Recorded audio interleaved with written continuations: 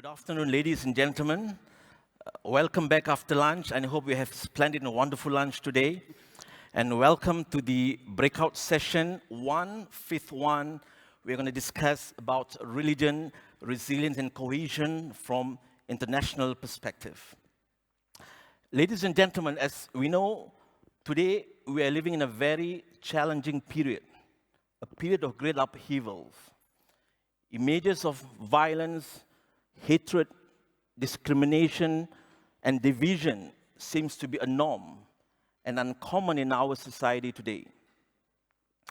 And in the contemporary period we are living, and we discover many perceive religion to be a source of division, violence, conflict, and even war. But many forget that from the earliest times, world religions were very luminous with the purest, best ideals of world civilizations, instilling in their followers the ways of peace.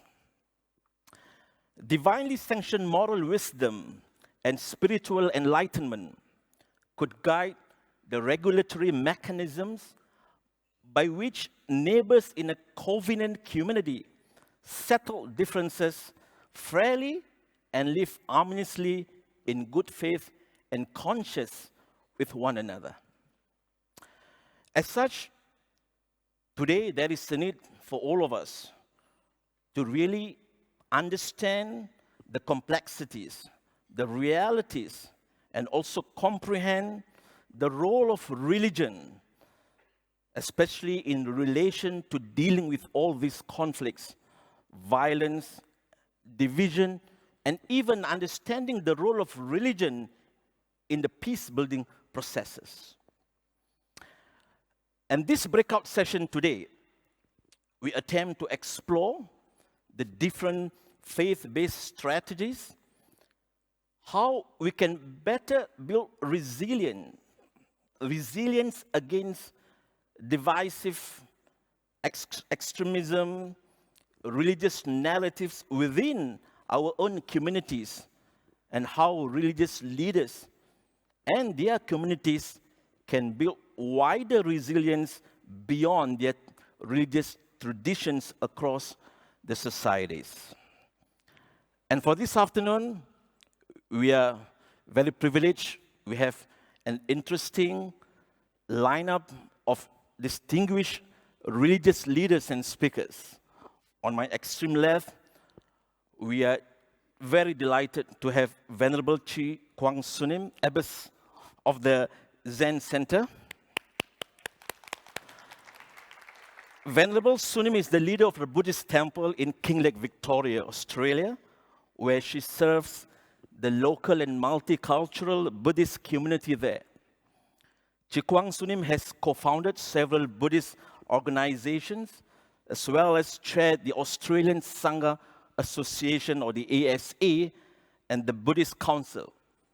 But she has also lived and trained in South Korea for at least 20 years. 24 years. 24 years, yeah. And next, we are privileged to have our local scholar, Swami Samachittananda. Swami is the president of the Ramakrishna Mission of Singapore, which is a branch of the Ramakrishna Mission or Ramakrishna Order of India, a worldwide spiritual and welfare organization. And like other branches of the organization in Asia, Oceania, North, South America, Europe, and Africa, the center is a self-sustaining unit that looks to the Ramakrishna Order for spiritual guidance. And last but not least, we have Master Tan Zhixia, who is the president of the Taoist Mission of Singapore, an association which promotes Taoism and Chinese cultures and traditions. And she has played an important role in developing Taoist studies and discipline, programs for community engagement on social cohesion and peace building from the Taoist perspective. And Master Tan also serves as the priest in residence at the Temple of Heavenly Jade Emperor Yu Huanggong, a national monument of Singapore. So without further ado, let me now invite our first speaker, Venerable Kwang Sunim, to give her remarks. Venerable, please.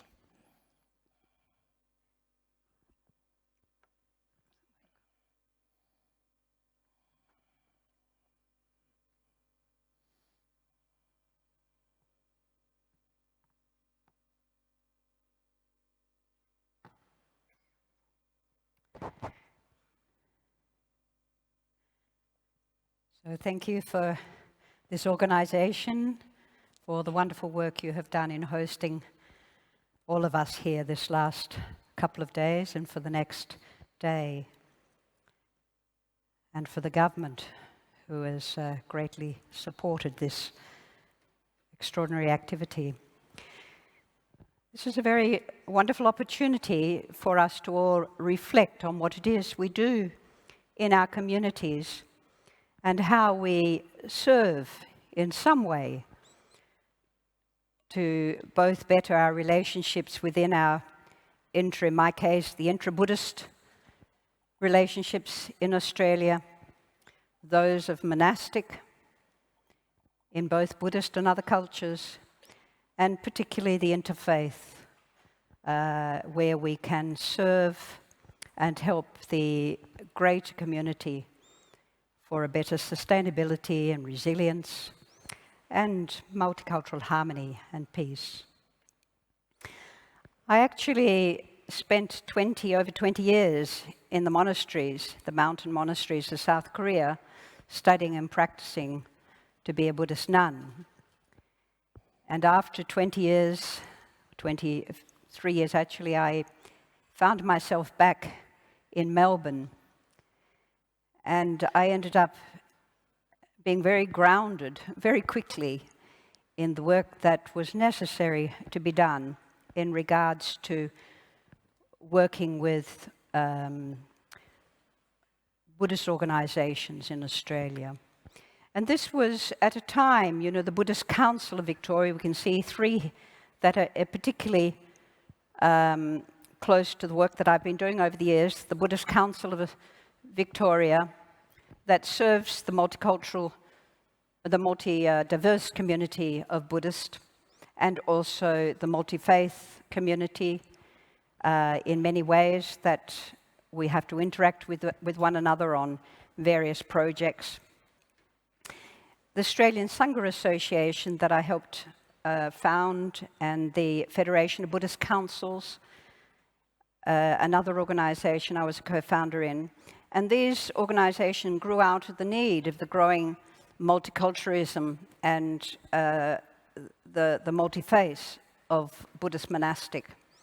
And for Buddhist monastic in Australia, which is a very diverse community and predominantly ethnic, there was a lot of issues that we could help serve them. But I would like to share that this work has been done not just through the Buddhist efforts, but through the other efforts of organizations that we co-work with. I've worked on the multicultural organization. Is a group of people from various cultural backgrounds where we work with the diverse cultural issues that arise, and some of those have been touched on. Not so severe in Australia, but we still do have a lot of discrimination, racism, and issues that arise between one culture and another. And even between Buddhists, you know, the intra-Buddhist says we have had to deal with the issues of abroad, with the issues of extremism in some of the monastic in Myanmar and in Sri Lanka. But other organizations which have to do with religions of peace and the Victorian Interfaith Network, the APRA, the Australian Partnership of Religious Organizations, they all have some particular aspect of cohesion and religious harmony that they're working on. Some of it has to do with purely peacemaking in the sense of how do we bring forth our religious intentions for the betterment of piece, and others, such as the Interfaith Centre of Melbourne, where Helen Summers and others have developed a wonderful relationship between Buddhist leaders to talk about not only what we have in common, but what we have in differences. And I think the differences are often very important in regard to the work that we are doing with one another, because it's there that we can really talk. It's there that we really can put energy into bringing a more cohesive society. So the Buddhist Council served in 3 specific ways. One is on education. At one point we had the RI in schools, so we had to create programs that would be acceptable in the educational system. We have then the programs of chaplaincy, and the chaplaincy goes between the spiritual healthcare work and the prison work, and that of also the police. And I will touch on that a little further down the road. And then we have another area which is particularly to do with interfaith. And I've worked on all these areas. I worked when I first came back in quite a hardcore prison situation, bringing a perspective and compassion into the prison system. And I found the capacity of just, well, one, looking who I am, and just there to listen and bring some attention to what it is people wanted to share was enough for prisoners to come and talk. It was really about opening up a space where we could interrelate without any sort of judgment or, pre-expectations. The other areas, I would touch on the multiculturalist group here. I was on this board in 2007 and 2008. I was the chair of the Buddhist Council at the time, and we had decided to do a very large event, which was the first and the last that I've seen of it in Australia. But it was very successful, and we brought all the Buddhist communities together at the town hall to open an exhibition to share what it is that they do as a practice, what their iconography is about, what their cultures are about, to the common people who walk down the main street in Melbourne.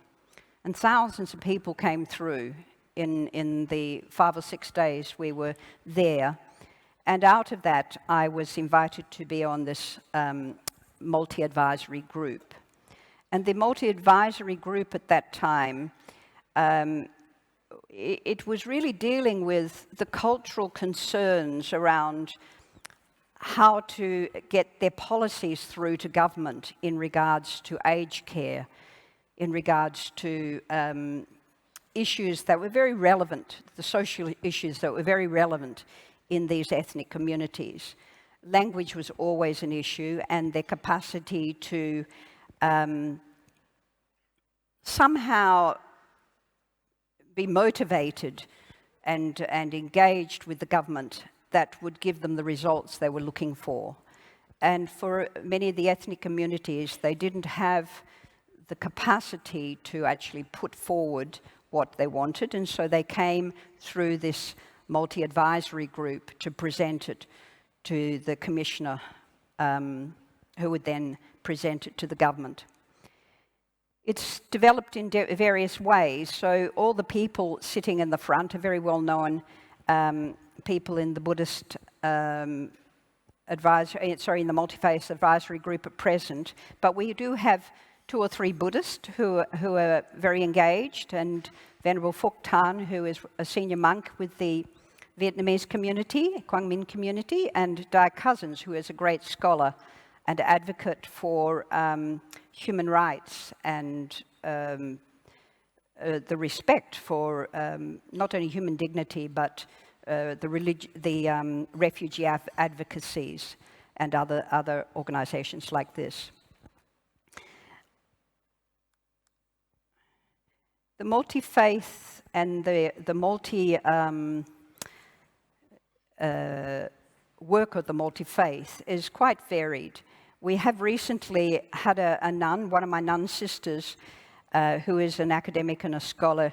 She took up the challenge to become on the advisory board of the Australian Defence Force for Religions. And this advocacy it's been going a very, very long time. But to have a Buddhist nun on an advisory board for the military is something very new. But she took it up because she felt that there was a need for Buddhists to be represented and for chaplains to represent the Buddhists in the Australian Defence Force. And she's been very successful in a short time to be able to get 3 chaplains trained over several years to be able to enter into the Defence Force and serve the Buddhists who are part of it. The criminal justice, which I also worked on both the prisons and in the police chaplaincy. In 2009, there was a very serious bushfire in Australia. You may have heard about it. And the village I live in the mountains, was very severely damaged, and we lost over 200 people and over 1,000 houses were burnt. So the recent bushfires we had in the last year or so, suffered similar disaster, except over far broader range. But in this bushfire, King Lake was the most severely damaged. And so out of that, then I worked with the head of the police force at the time in creating some useful policies that we could bring into the recovery programs, and also in the engagement of chaplaincy. Now, this work that we did at that time, and I worked for 7 years to help with the recovery programs of King Lake and other areas on the mountain, you still would see even to this day, you see the devastation of people's lives. And is that time? My 10 minutes? Oh, gosh, we're not going to get very far. So I've got another 2 minutes to flick through. But you can see from these, pictures will tell 100 words. We have worked on the Uluru Statement from the Heart, and Venerable Sujato was one of 3 monks who signed and endorsed this statement, which is, of course, as you know or may have heard, to support the Aboriginal in having a voice in governance and government. We have worked on the submission of the Religious Freedom Bill, which is to bring forth some of these objectives which we have concerns about. It hasn't been passed as yet because our objectives are still in there and others too, but we still have concerns. The bill put forth as it is not going to serve the greater community. And as you can see, a professor can be denied a job because he's Jewish under the current bill, as with all the other points reflected here. The Buddhist Council has been working 3 years, this 3rd year, on family violence, which is a very major issue in Australia. We've also worked on the Buddhist care for dying, organ donation, and we've done quite significant work, particularly in these areas.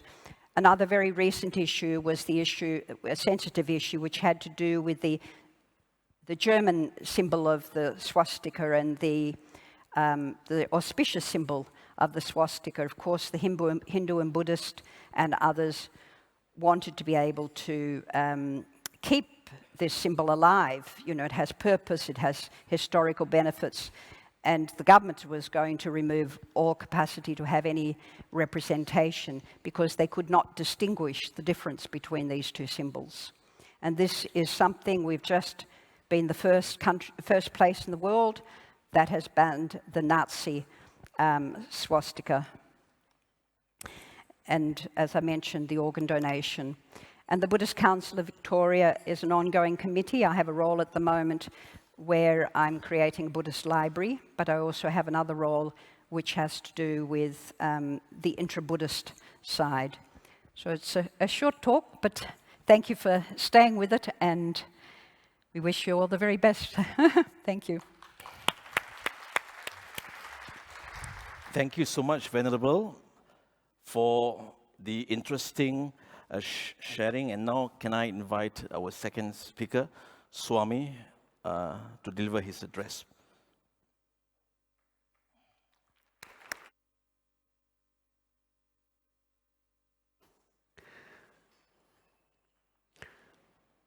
Thank you for inviting all of us to share our views on religion, resilience, and cohesive society.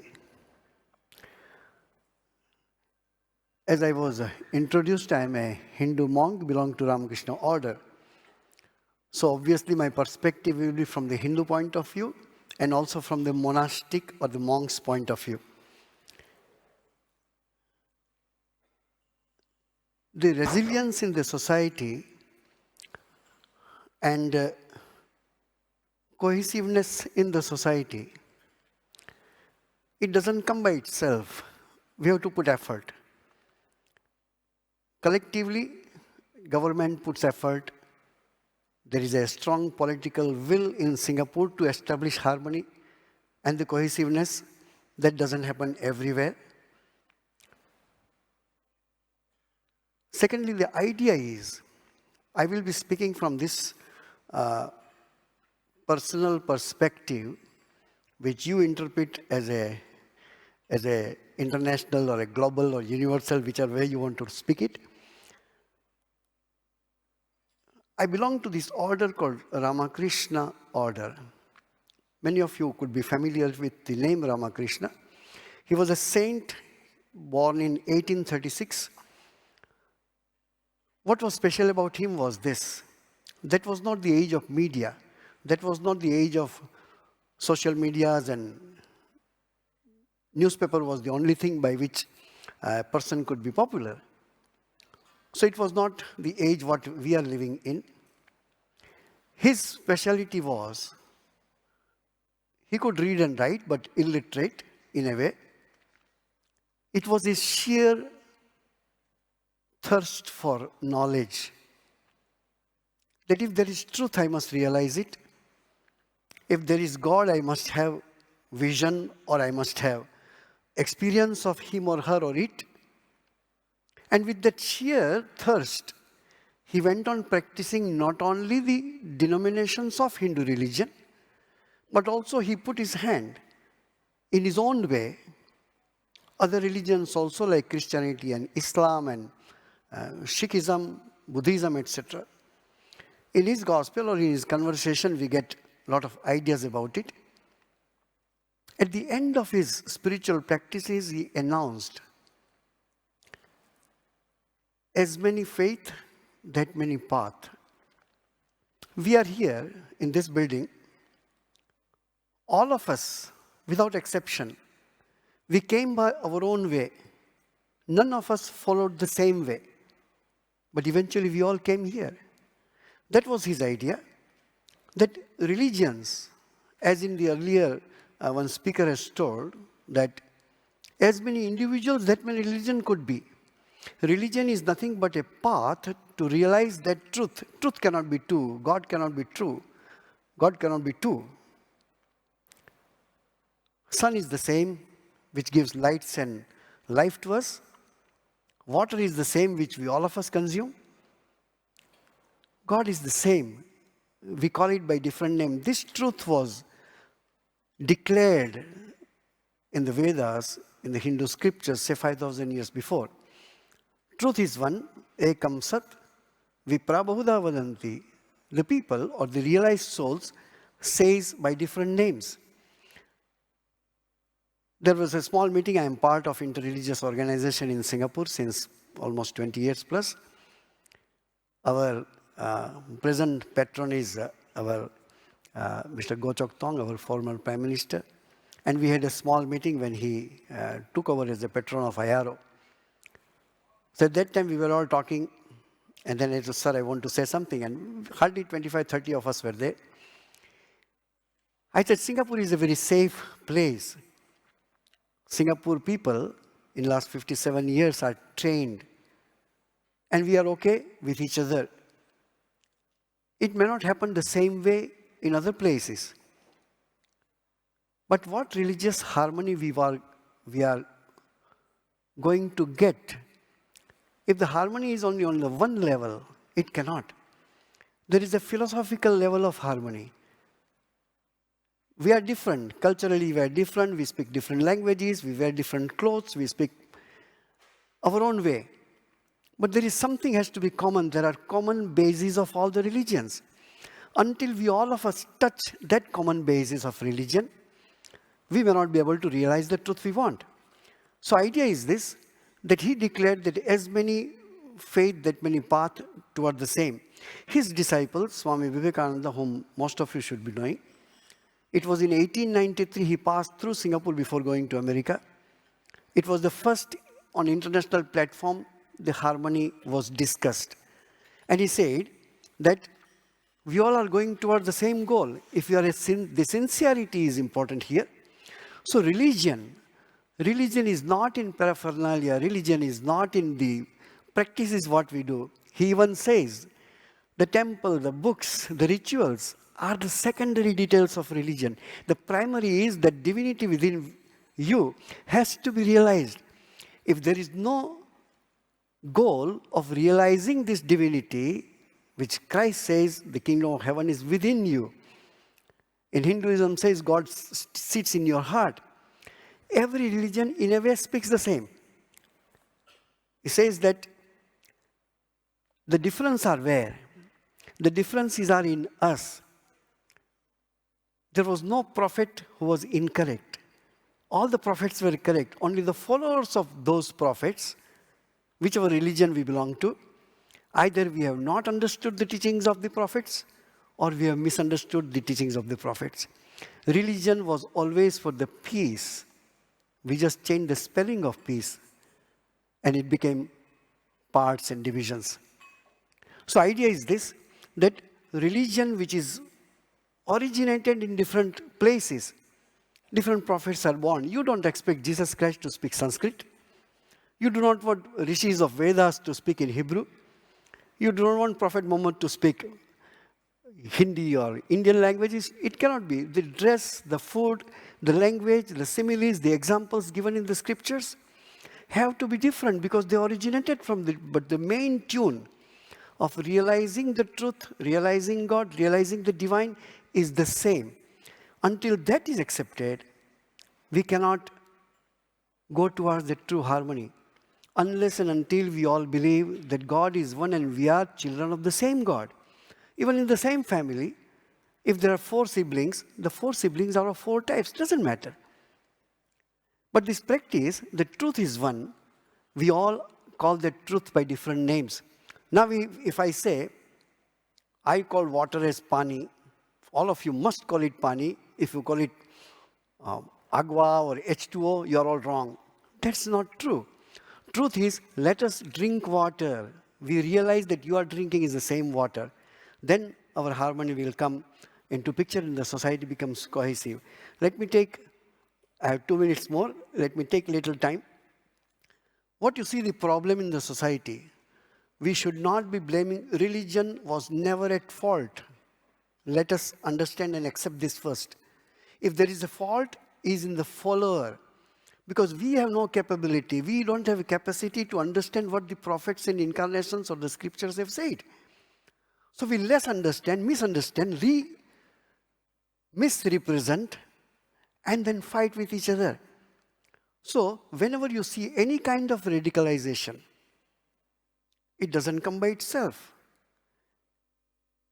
It is followed by fundamentalism.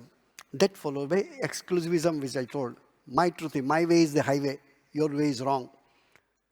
You come by my way and understand that you reach the same goal. So we have to be sincere in our own religion. Let us understand other religions also. But if we are not a seeker, as our Dr. Muhammad just now told, that 3 speakers today who we are all ordained people. We took religion a bit seriously. We left our home. We left our parents. We don't have our family. We don't have our income. Organization help us, we survive. I was here from 2001 to 16. I was posted to Argentina. What I took with me from here? Of course, my mobile phone and also some books and some clothes. I was sent back, called back here from what I brought from Argentina, same mobile phone and 2 or 3 more books. We don't hold property. We don't have our own money. Religion we have taken as a personal way of life. It's not our profession. We are not scholars. We understand and try to practice and then speak whatever our understanding about truth is. So this exclusivism or radicalization or fundamentalism, no religion preaches that. No religion preaches that. So idea is this, to prevent this, here is a small key. Sorry, I'm taking a little more time. If you want to prevent it, from where it will be prevented? A Muslim cannot go to Hindus and say what you should be doing. A Hindu cannot go to Muslim. A Muslim cannot go to Christian. A Christian cannot go to Buddhist. People of your own religion must come out with the solution and teach the people. Very interesting fact happened. Long before, there was a very sad and negative thing happened, incident in India. There was a big clash between followers of 2 religions. And there was a meeting like this where one of our Swami was supposed to speak. And he told a very simple but very important idea.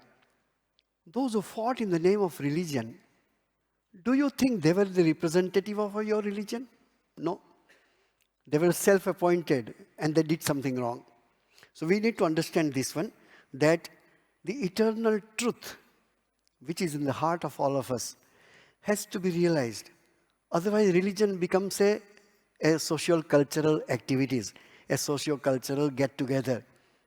When you pray silently at your home or in the temple, church or a mosque, that is what you are looking for religion. These activities, what we do, is very good because we understand different perspectives. So, idea is this, that we must follow this, our heart, read scripture of your own religion. If you can read other religions, that's fine. But be sincere in your pursuit. Try to understand your own scripture, your own prophet, your own incarnations, what they have told about your own religion. Then you will have a sympathy for other religions. So, to create a cohesive society, the stress to be put less on religion, more on spirituality. Religion can be so many. Spirituality is universal. Truth, love, compassion. Which religion opposes this? The universal values which will make you a better person and which will make you go one step towards God, that is the only religion. Rest, everything is just business. Thank you. Thank you so much, Swami. May I now invite our last speaker, Master Tan, to give her address, please.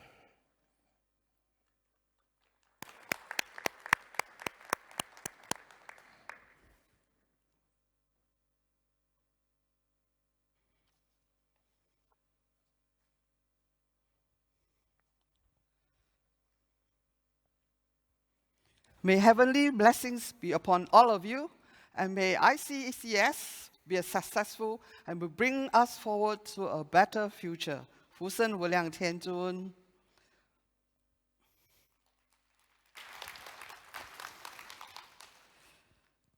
Speaking from the Taoist identity, I would like to check with the floor. How many of you have seen this symbol before? Wow. Thank you. I have your support. Thank you. Okay, why I show this? Because that we have international delegates here, and some of them have not seen this symbol before. So today, I'm going to touch on this symbol and why it's so valuable in our teachings and also in our conduct, in our life as a Taoist. So this is specifically what you see, and let me share with you. Tao is called this. We have the yin and the yang. When it comes together, it's oneness. This oneness is with us. Whether we are in this room, actually it's with us now. If you go out, even to the open air, or anywhere you travel, so long as you are in the universe, you're under the Tao. We call it the creator of all beings. My name is Zhixia. I come from a Taoist family. In fact, typically Chinese family. And I didn't know that what I'm practicing or following through with my parents, that is called Taoism. So through my own learning and self-development, I got to know that the name of this practice that I'm embarking since I was young, since I embarked on, that is called Taoism. And we learn the Taoist scripture as well, but also the understanding of Tao. Why understanding of Tao is that it teaches us to bring the goodness, the inner goodness of one. And we have to learn through our practices to align with the manifestations of Tao and also to align with heaven and earth. That is basically what we see now, heaven and earth. But a very strong point in our Taoist teaching is that we honor our ancestors. Without the wellspring of our heritage, we would not be what we are today. And we would not be what we are with our cultural practices, the beautiful traditions that we carry through. And we can see that traditions and cultures are in this room. It's so beautiful that with this, in our family, we bring this forward so that we can share the Chinese lineage, our Taoist practices, and not only in Singapore today, or even say from China today, it has become international. We have people practicing Taoism or Tao, study the Tao, the yin and yang in the Western country, in European countries, or even down under in Australia. So this is to say that religion or faith is no longer an individual one. It has come to be shared with everyone. By sharing, we gain respect from each another. In our teachings of Taoism, we contribute a lot to being aware of the other in our society. Besides the society, being aware of what is in the world. We are not alone in this place. We have somebody next door. We have people in this room. We need to be connected. With connectivity, we can look into ways on how we can work towards living peacefully and harmony together. So here, I will show you this slide that from my own practice as a practitioner of Taoism, we look to resilience and cohesion through partnerships with different faith-based organizations and communities. Being active, attributive, constructive, but at the same time, we have to be collaborative in diversity and also similarities. So from this area, through my work, I found that I need to share this as a practitioner. Resilience and cohesion, how can we achieve this? And as you can see from my first slide just now, I'm a KAISIT fellow. I'm also a member of the KAISIT Alumni Network. And on a daily basis, we have interactions. During COVID time, we were all on our mobile, on Zoom meetings, but we have returned now to be on site or presence. We still continue to work. So interreligious dialogue comes in many forms. There is also the conflict side and also the resolution side. So when we have dialogues, we come together. We look into the situation and we move on. We must have the understanding, also the sensitivity of each another. Basically, just now when the last day and today, we heard a lot about education, that we should seriously look into education. But my point on education comes down to the ground. The ground means to say that people, common people like us, practicing our religion, or we work together for a more cohesive society, but at the same time to be resilient with our efforts. So education comes with peacemakers, peace builders. And this, in fact, I have proposed even into my studies and principles of Taoism, that we should look into ways how we can be peacemakers, peace builders, not from us, but from the children, from the young. With this module or toolkit, when they come with them, the kids will understand the importance of having peace. What they have in today's society is because result of peace, and we are able to live together in a cohesive society.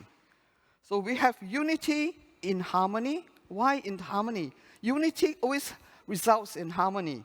And then we have unity in action, collaboration, and then guardian of Mother Planet. In Tao, Mother Earth is very precious. If we don't take care of her, we would not be able to meet, we would not be able to continue the works we have put in, just as a guardian of Mother Earth. Here I show you unity in action, collaboration, and with the compliments of Humanity Matters, our local humanitarian relief organizations. They have worked with different organizations, different faith-based, multi-faith-based, to put forward across efforts. But looking at the picture, it tells us that with this collaboration, we are working with people, to people, people from people, and people amongst us.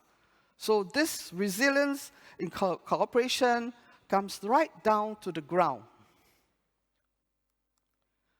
Okay, unity in harmony is something that what we are doing today, or what we are doing at this conference. We come together, we share our ideas, we learn from one another, and from there, we bring back our, learnings, our sharings, and see what can be done to be delivered to our communities. So we have things that many times, exchanges, we have the Young People's Learning Program on this platform here, but I'm sure in your own country, you have those in place. But more importantly is how we can unite in harmony. And this one shows friendship, exchanges, seminars, regional and local. So all these are in place to provide resilience programs. Getting to know one another, getting to know the identity of the next, I think is very crucial. As I said just now, I'm very pleased to let you all know that I'm a Taoist, and what is Taoist practicing and why it's called Tao. But of course, more importantly, is the acceptance and giving respect to the other with their own respective identity. We have, as I said just now, Earth is so important. Without planetary Earth, we don't think we will be able to conduct ourselves in ways that we can do sharing. And being a Kaisit fellow, of course, we work on the SDGs, faith, global action through dialogue, faith and environment, climate changes now. So it comes down right to the base of practitioners. So dialogues like this carry us through. And we have heard from the academics what they have done and what they can do and what we can look forward to. So this is one relief that I would like to share with you, is that we have to think of sustainable development programs to share and to work together, not on your own, but with others, so that we can manifest what we have and what we can receive from the planet, and to continue its sustainability. So my grateful thanks to all of you for coming to listen to our session, and I'm indeed thankful that Kaisit has shared with me the inter-religious and intercultural methodology of dialogue, and also Humanity Matters for sharing the projects that we have done together with the other faith-based, and for us to speak purposes, that we work together. And of course, for ICCS to provide this platform that we're able to share and learn as well. And for my organization for putting their trust in me to deliver this mission, and I hope that we will continue. Thank you. Thank you so much, Master Tan, for your address. Ladies and gentlemen, I think you would agree with me that we have benefited a lot from the sharing from all our three distinguished religious leaders, Venerable, Kwang, Sunim, Swami, and Master Tan. And I think this is one of the unique thing about ICCS, where the platform itself brings together not only academics and experts, but also religious leaders. The theme that we have at ICCS is about, connecting communities. And one of the important principles and values in connecting communities is first for us to know each other first and to appreciate one another as human beings. And I think this is the key message that was conveyed by Madam President yesterday during her opening address, which she mentioned one important thing, I think, that would be the foundation for building these connected communities, which is for all of us, for each and every one of us to look at each other first as human beings. And here at ICCS, and this is the second round, we have our first ICCS was about 3 years ago in 2019, where we allow not only experts, but we need religious leaders. It's quite a rare situation for us at ICCS to have religious leaders to share their thoughts and also share their religious tradition. And I believe that many of us here are not familiar with some of the things that Venerable is doing in Australia, and also about the belief in the Ramakrishna order, and also Taoist or Taoist religious traditions and cultures. So religion gives people the opportunity to share these common values. I mean, a sense of unity and also a sense of community. And I think all the religious traditions, they have this role to play in contribution towards social cohesion. So we have ample time, I think, for discussion, about 40 minutes for us to engage our respected religious leaders on stage. I believe we have a microphone on the floor, so I can open to any of the participants on the floor should you have any issues or questions to ask. The microphone is over there, and maybe you can stand up and just introduce yourself briefly and try to make your question as short and simple as possible.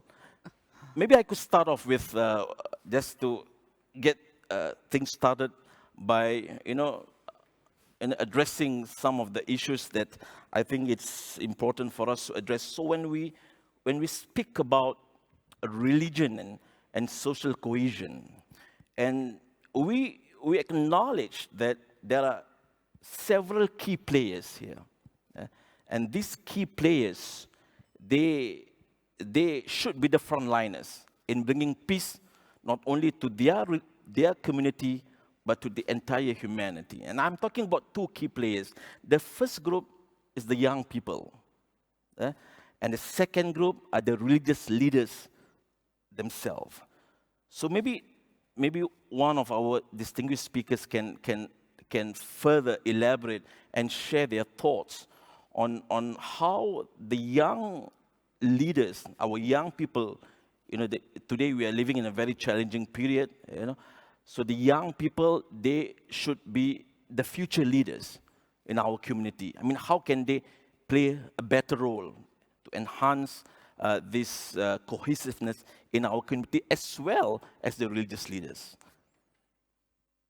Yes, please.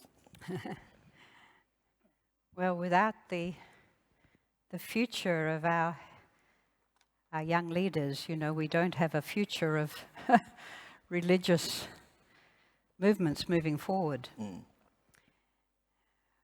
One of the things I think is an issue, really, and perhaps I've been speaking to where engagement is, you know, engagement is where we have an issue, is many people of faith did not, and I'm coming from my experience in Korea, many people of Buddhist faith in this case and in other cultures in Australia did not educate their children as Buddhists, to become Buddhist. They decided it's a free world, so the children will make choices when they're older. But the education came to the children through their friends at school and through social media. And by the time the children are young adults, you know, the parents had very little capacity to influence the children. And I've often had conversations with Buddhist parents who have had difficulty with their children as they have become older because they want to do things that are, you know, really quite harmful to themselves. And in their groups, you know, they don't have that breadth of wisdom as yet or the capacity to show compassion. So they do things without really bringing much of a structure into their thoughts and into their arguments. However, life is very interesting in its capacity to grow in ways we're always very surprised about. And I grew up in a rather non-religious family, and yet at a very young age found religion fascinating and moved in my very early 20s onto a Buddhist path. And around that time developed interest in meditation. So went actually from being graduating from university and being a teacher to becoming a nun and going to live in a country I knew nothing about. So we never can also at the same time put down whatever the children are learning as inconsequential or unimportant. They are learning many lessons all the same, and society and the world as it is, the problems as it is very much in their face, and they are very aware of it. So it is a matter of also trusting in their capacity to hopefully take a spiritual path, a religious path of some sort, because the religion does give structure. It does give the capacity to, especially through interfaith and through various movements that can co-connect and co-work together, they can make the policies of the future. You know, so I went from a very spiritual, I still have my daily spiritual practice, to a very practical way of living in the world to help make change. And I think trusting or informing youth to also face difficulties, because that's where they'll make the changes.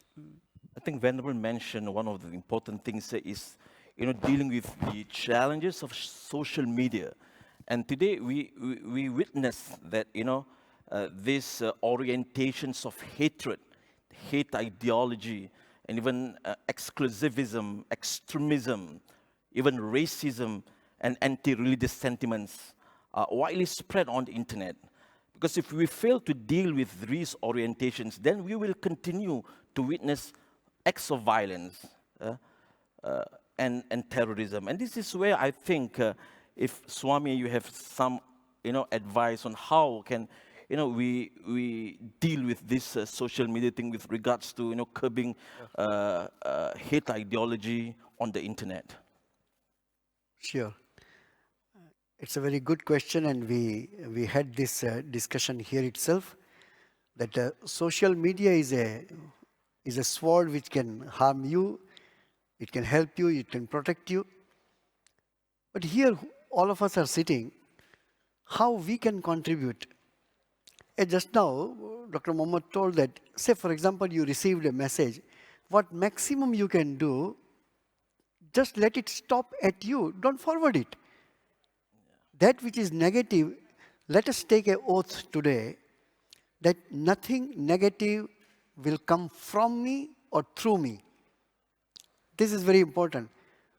If 150 of us are here, and if we decide nothing negative will come out of me or through me, that part of the society is safe. Tell another 150 or your family member, that becomes 600 people. That's how positivity has to increase. Secondly, I see from a little larger perspective that media, I mean social media, which most of us are very active, is a reservoir.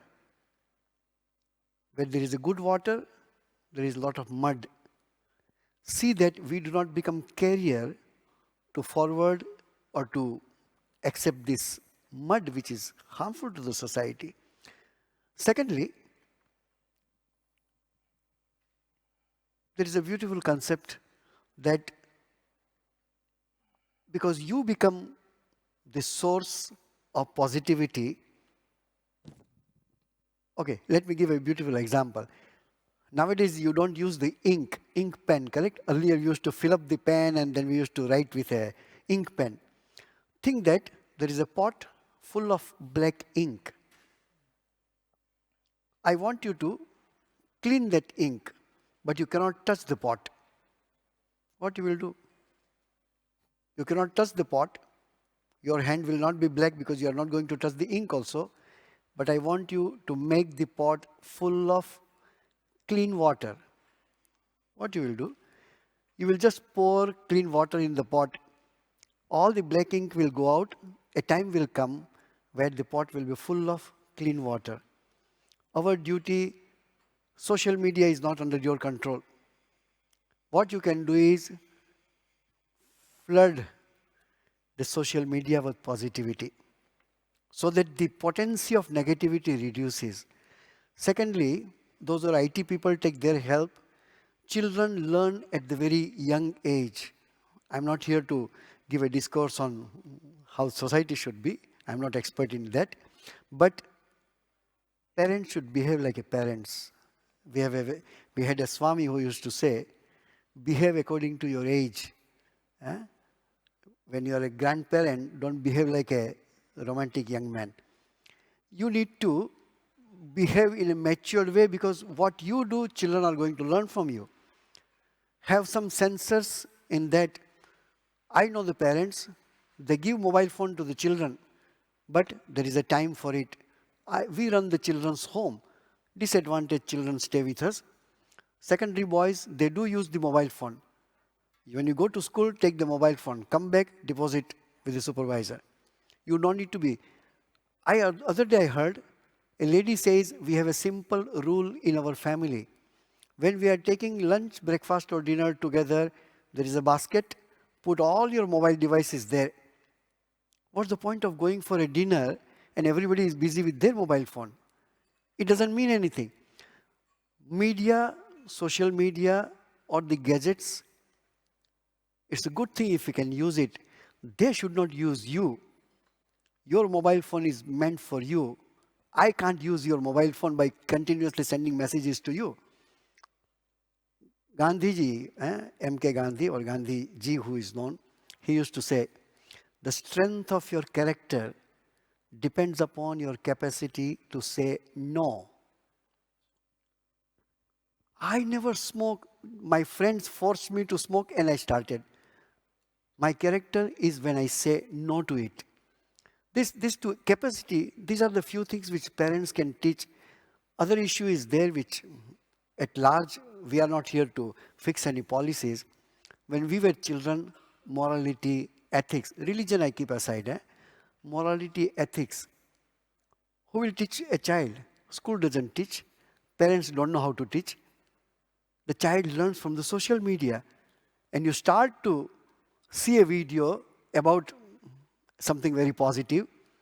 In 10 minutes, you end up in seeing something very negative. You just go on prompted videos, you start seeing it. Who is going to teach whom? There are 3 people in our life who makes difference. The father, the mother, and the teacher. You take a role of one of them and give your best to your child. Otherwise, you are putting child in the deep forest, and there are so many wild animals to kill the child. Make the child strong by giving these positive values to the child. Medias are okay, gadgets are okay. How to use is important. Just 10 seconds and I stop here. About 2 years before, I deleted WhatsApp from my mobile phone.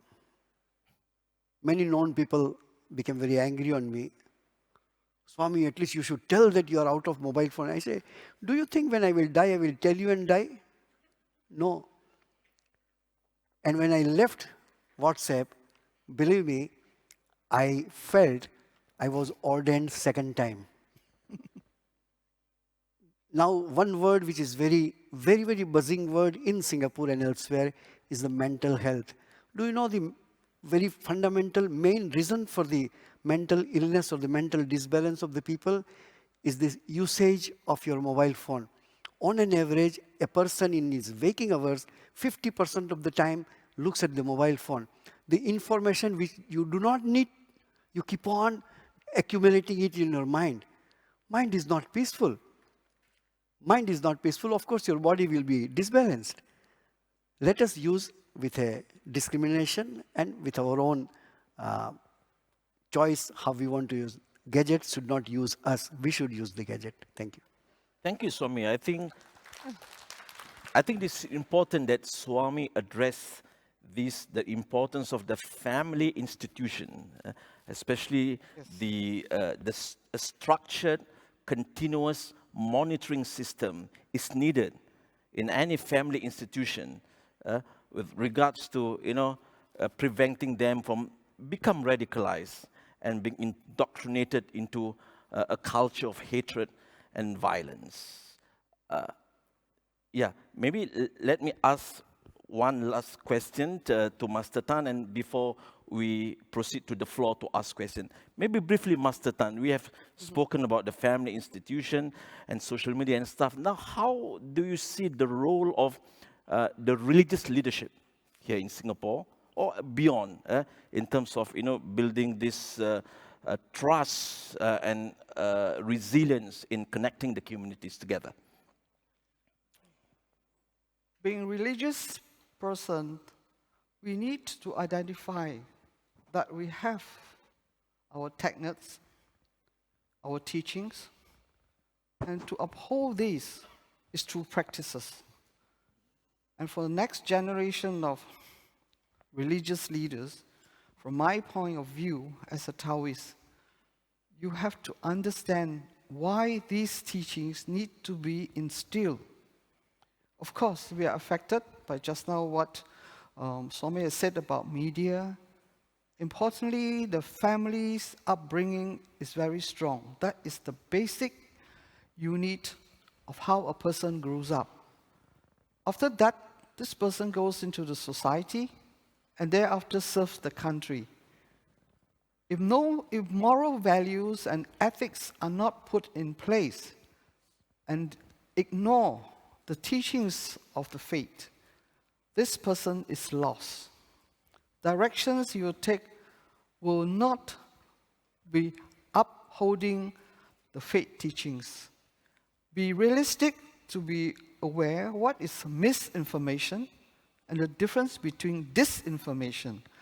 So being adults, if we're staying from the religious aspect, we should be able to decide what is correct and what we should not transmit. But basically, for a grooming religious person, it's a long path. This long path takes years, perhaps even timeless efforts from this person to able to understand the religious role of the person. Thank you. Thank you, Master Tan. We now invite questions from the floor, please. Over here in front.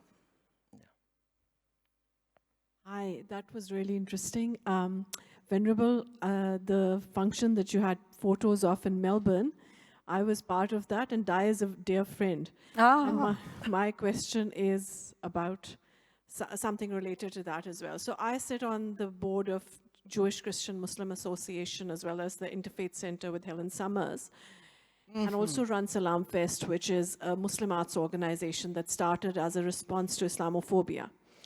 And we do a lot of interfaith work, and it's been easier to do it with the Abrahamic traditions, the Jewish, the Christian, and the Muslim faith traditions, but also with the Hindu faith tradition. But I remember so I do organize women of faith conferences, and one of the interfaith retreats that we had, Women of Vision, that I collaborated with Helen Summers in running. I remember the Buddhist group coming there, and Dai was leading that. Yes, Dai cousins, yeah. And it's normally very easy to have an interfaith dialogue because you start by talking about a higher being, right?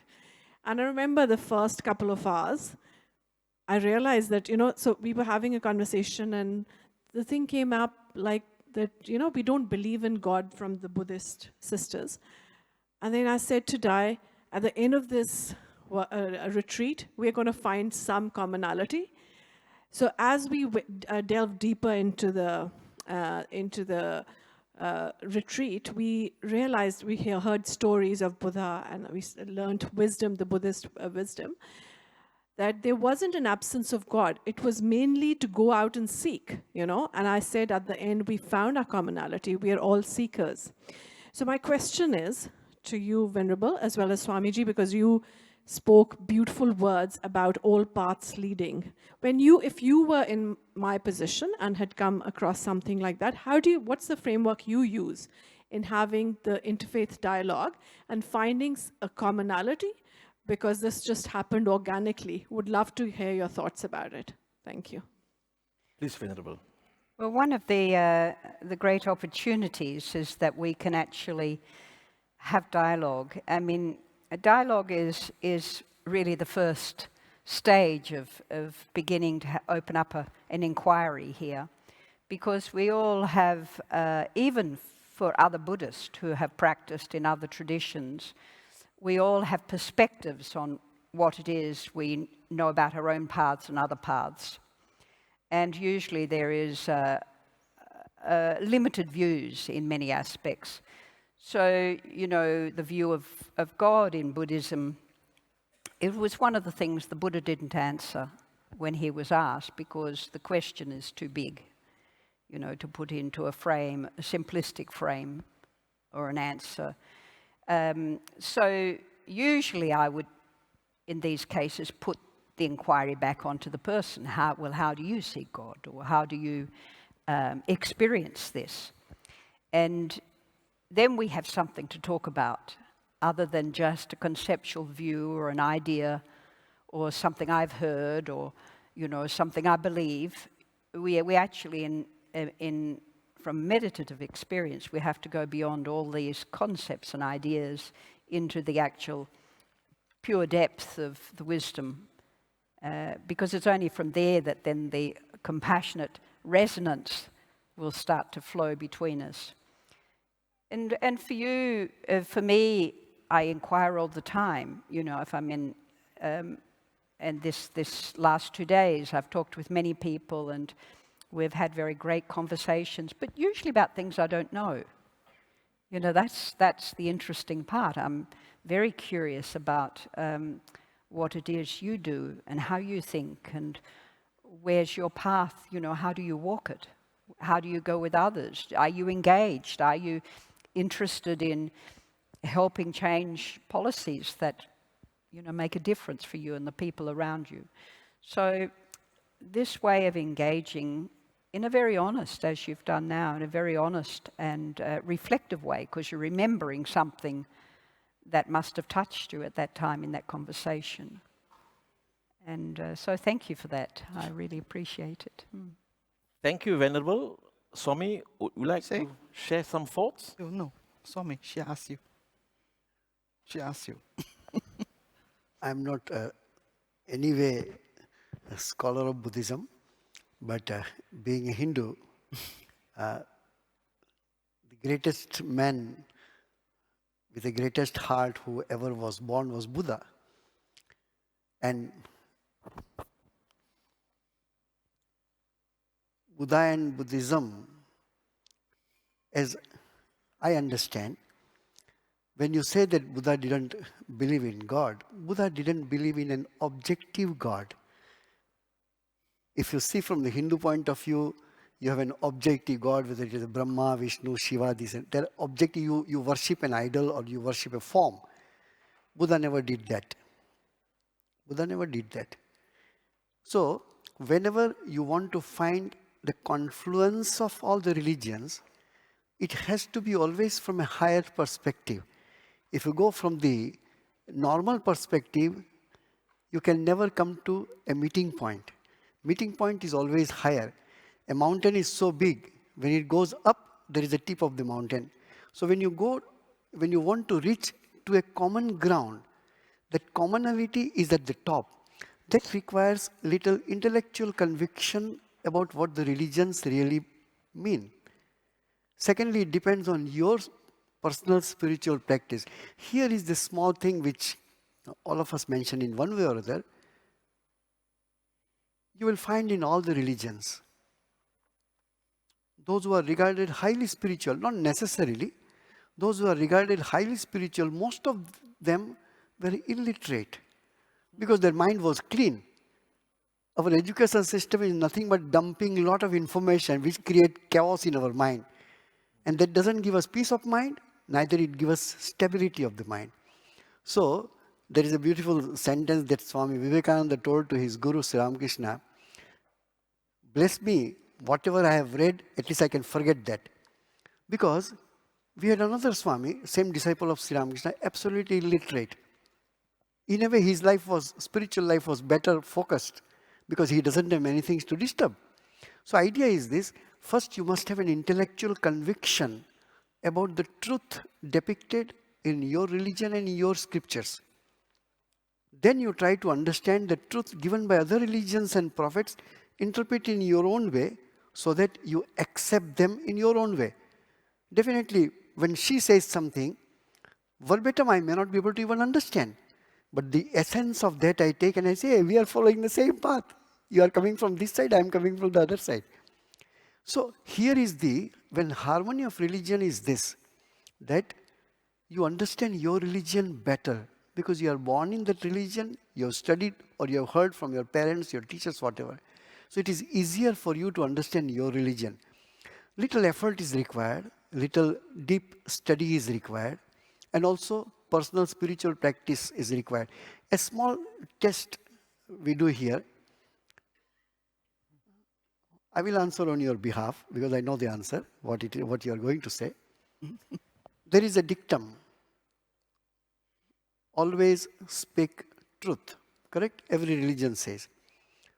Who has understood this? All of us have understood in one way. But only he or she has understood who never tell lies. Always speak truth. Literal meaning we understand.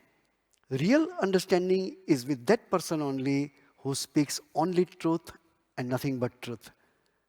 So here is the difference between your literal meanings of the scripture and your essence of what it wants to say to you. And that depends on your character, that depends on your personality, that depends on your mental build-up. So here is the character building comes into picture. I was just joking other day that in Eastern and Western world, the concept of religion and philosophy is very different. If you come to the Eastern side, you may call Buddha scholar, you can call Buddha a saint, you can call Buddha an incarnation. He will be fit in every way. Correct? In Western world, philosopher may have nothing to do with religion at all. Just jokingly I am telling, sitting on an easy chair, putting one leg, having a cigar in my hand, looking at the sky and thinking whether God exists or not. That is not philosopher in Eastern world. Eastern world, a philosopher life has to substantiate. He should practice what the philosophy says. Go to Adi Shankaracharya, call him philosopher, saint, whatever, doesn't matter. Go to Swami Vivekananda, go to Sri Ramakrishna, go to Chaitanya, go to any saint. So religion and philosophy are one so far as Eastern world is concerned. We don't have an issue with prophets.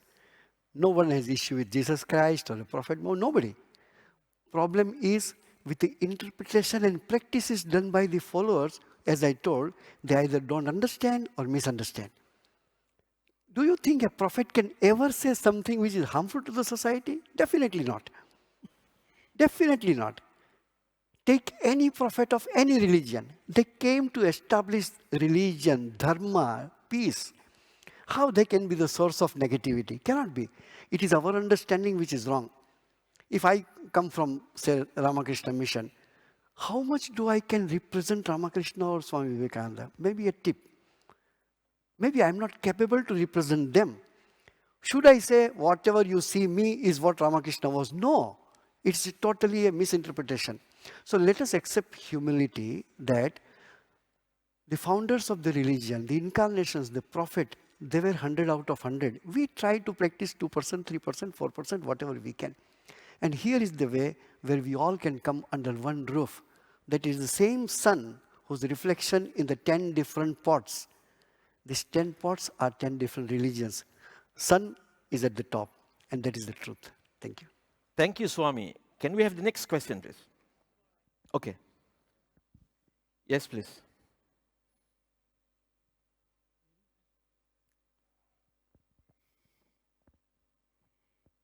أعوذ بالله من الشيطان الرجيم بسم الله الرحمن الرحيم السلام عليكم ورحمة الله تعالى وبركاته. I'm Nas Dunding from the southern part of the Philippines, particularly from the region of the Bangsamoro Autonomous Region in Muslim Mindanao, which we just had gained our peace wins in the past years. It's a Muslim-dominated area in the southern part of the Philippines, and we would like to send our wish of global peace to everyone. I am asking this question to anyone from our speakers who have just spoke earlier. As we see in our context and reading most of the studies in this generation, we have seen that this process of understanding religion, resilience, and cohesion is one of the most important processes that we need to understand in the generation of youth. But this discussion also is less appreciated by the young people. I mean, if I could talk about those from 30 below, and without looking at it as a very important conversation in sustaining the peace in every communities that we have, especially in us, because the trend of the young people are joining with what are the trending issues, livelihood, and other application of advocacies that we would want to. I'm also speaking in the context of a post-conflict situation in our context. So my question is, do you have any experience of engaging with the young people?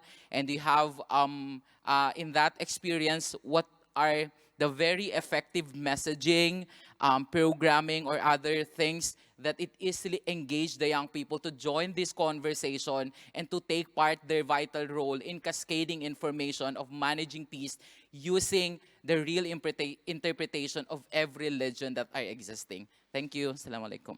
Thank you. Can we get one more question first? Then we can answer that. Yeah. Hi everyone. I'm Julie from United Kingdom. It's a great honor to be here. So I wanted to ask. We've been talking and hearing since yesterday about cohesion and the kind of positive aspects of all of this. But I think, and maybe even touches on some of what we've just heard now in the other question, about extremism and terrorism are also realities, and sadly people do some of these things in the name of almost all of the religions all over the world and happening right now. And I'm certainly working in London with survivors of terrorist attacks, and you very quickly realize that terrorism doesn't discriminate and that people from all backgrounds are, of course, very badly affected. And I want to know from the panel here, do you think there's more that we, as people from different faiths and religions, can do together to speak up and speak out and act more against these horrendous acts of extremism and terrorism, which are happening, sadly, all over the world? Thank you, Julie. A very good question. We have two questions. One is how can we engage our young people, from the young gentleman here?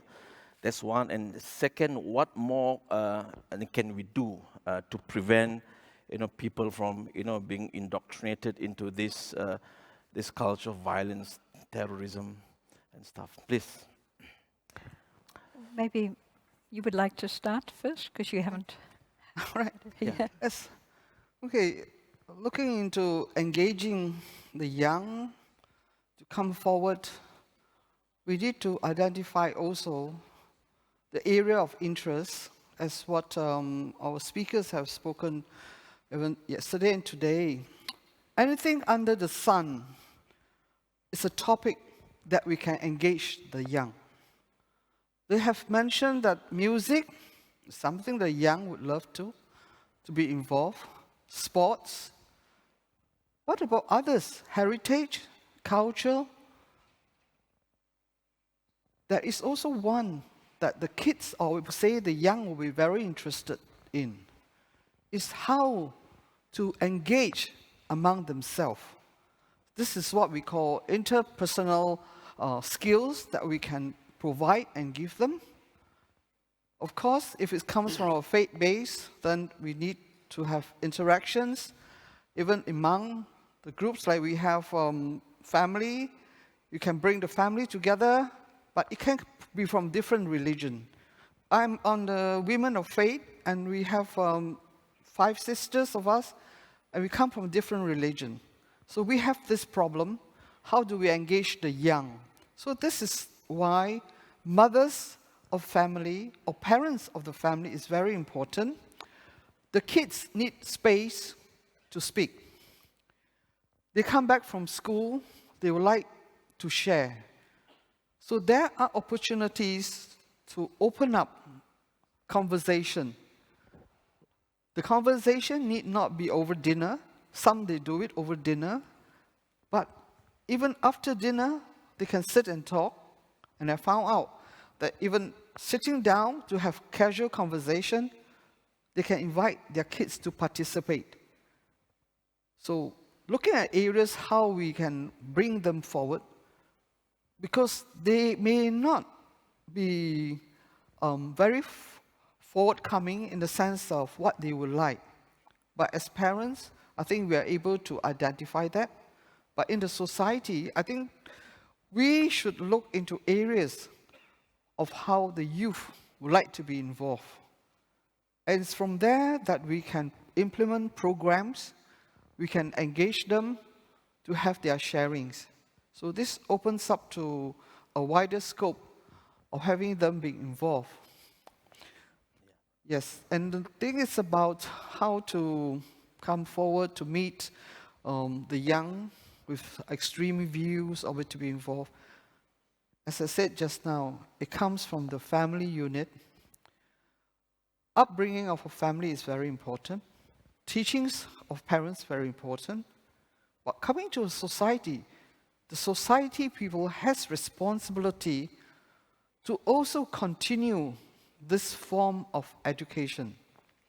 We cannot just say we leave it to the school, or we leave it to the teachers, or we leave it to the parents. It's their duty to teach children. But in a society and adults, we should realize what is important and what's not right. So by going forward with this, to say that in a wider community, we can reduce their way of thinking, putting them on the right track as they grow up. Thank you, Master Tan. Due to time constraint, maybe Venerable or Swami, do you have any last thoughts that you want to address, please? Yeah. Okay. I will like to combine both the questions and tell 2 points.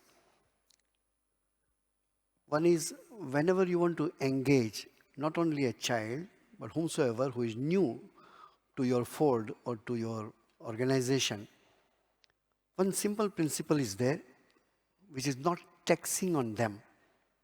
If adults are there and if you ask for money, they may have an issue. If anyone is there, young or old, if you ask too much time, that also may be an issue. There is a small message that start with the minimum and practice the easiest. Involve minimum. Children attention span always is not very high. Especially in this age, those who are using more and more these mobile devices and all that, you will find all the videos are all 30 seconds, 40 seconds, 1 minute. Because people's attention span is like that. So they are harvesting on that, small videos. When you put a lecture on YouTube, you say, oh, it got 20,000 hits. 20,000 people clicked it, they didn't hear your full lecture. No need to be so happy about it. So idea is this, start with the minimum. Don't ask child for something very big assignment.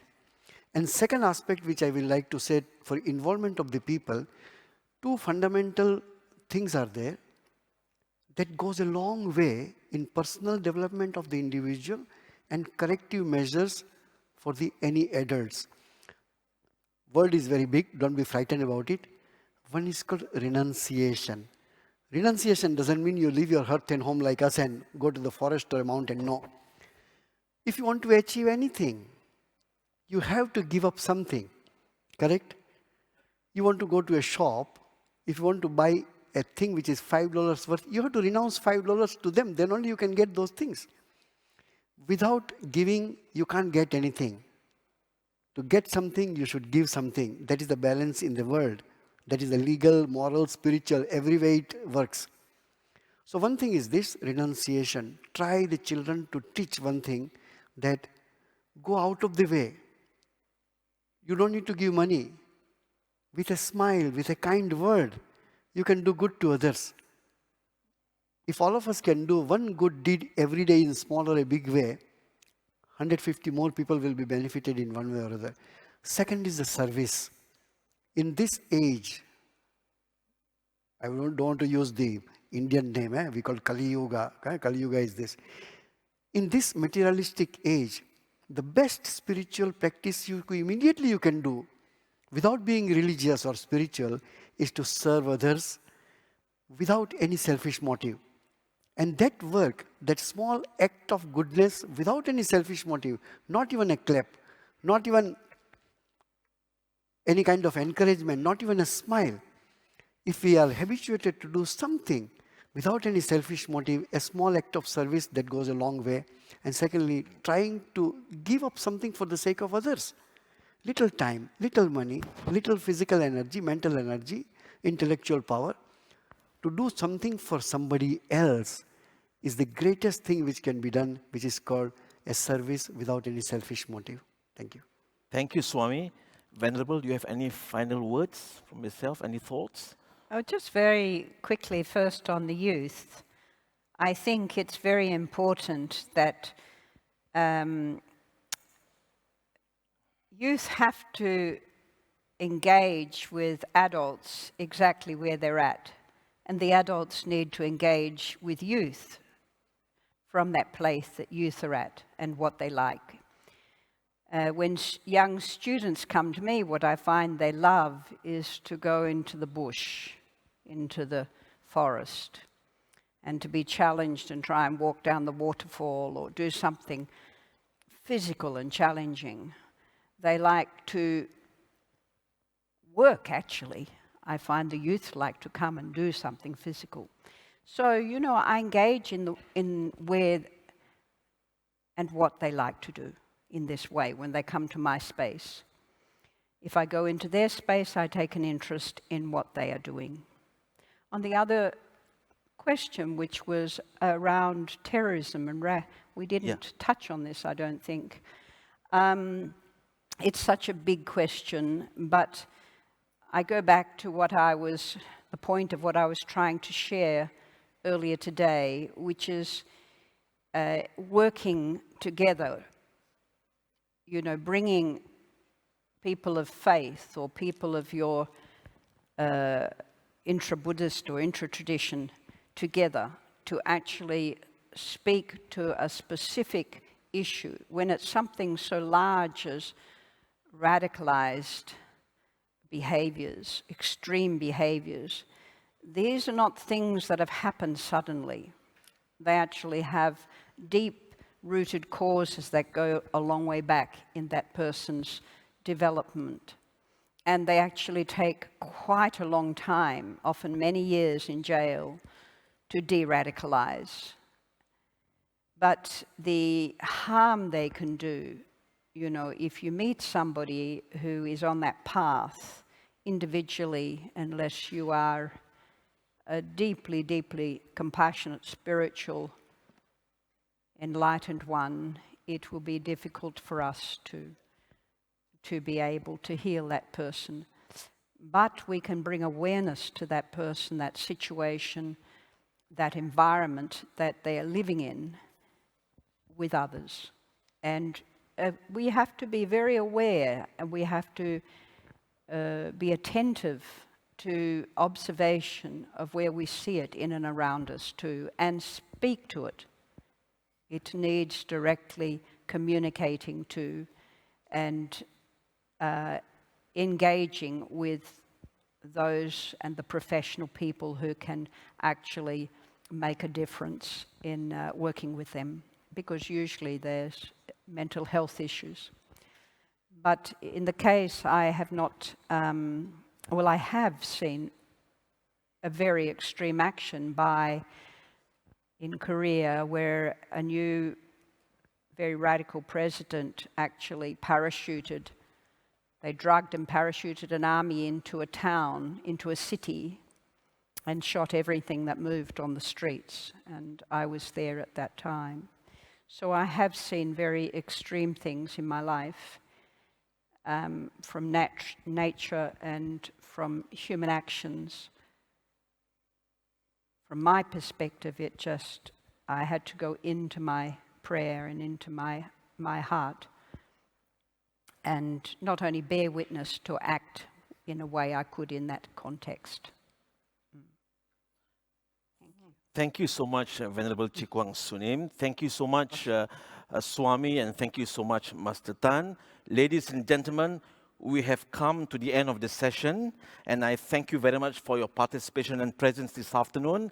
Finally, please join me in thanking our dear speakers.